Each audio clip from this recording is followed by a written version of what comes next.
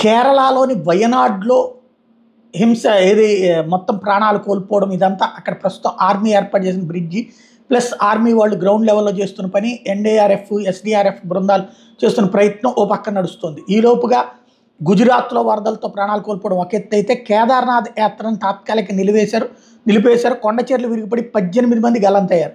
కేదార్నాథ్లో 1600 మంది యాత్రికులు చిక్కుకుపోయారు. భారీ వర్షాలకు అక్కడ కొండచర్లు విరిగిపడుతున్నాయి. ఎన్డీఆర్ఎఫ్ ఎస్డీఆర్ఎఫ్ ఆర్మీ బృందాలు అక్కడ సహాయక చర్యలు చేపడుతున్నాయి. గౌరీకుండు కేదార్నాథ్ దారిలో భక్తులు చిక్కుకుపోయారు. ఇప్పటిదాకా 3000 మందిని రెస్క్యూ టీం రక్షించింది.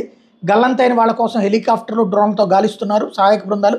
హరిద్వార్, తెహ్రీ, డెహ్రాడూన్, చమేలి జిల్లాల్లో ఆకస్మిక వరదలు రావడంతో వచ్చినటువంటి సమస్య. ఇది ప్రతిసారి ఈ సమస్య పెరిగిపోతానే ఉంది.